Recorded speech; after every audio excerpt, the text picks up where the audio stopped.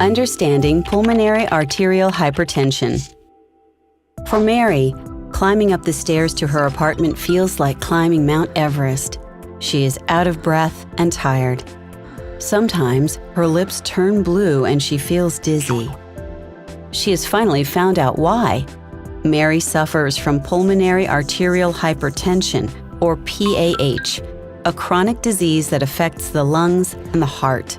The lungs and the heart are connected by pulmonary arteries. They transport blood from the heart to the lungs so that it is enriched with oxygen again.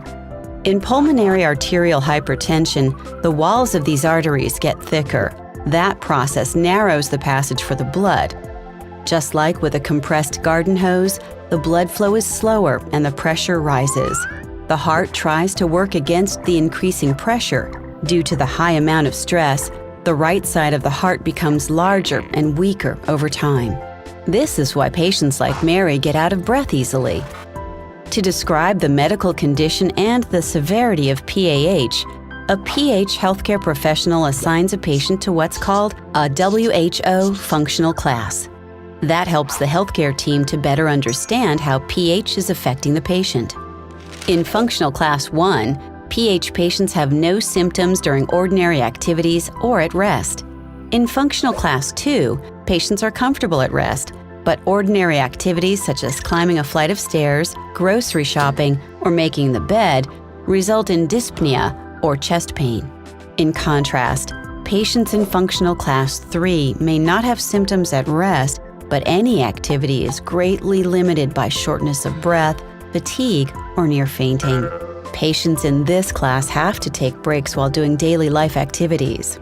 Patients in Functional Class 4 even have PH symptoms at rest, which increase with any kind of physical activity. Like anyone else, a PH patient has good and bad days.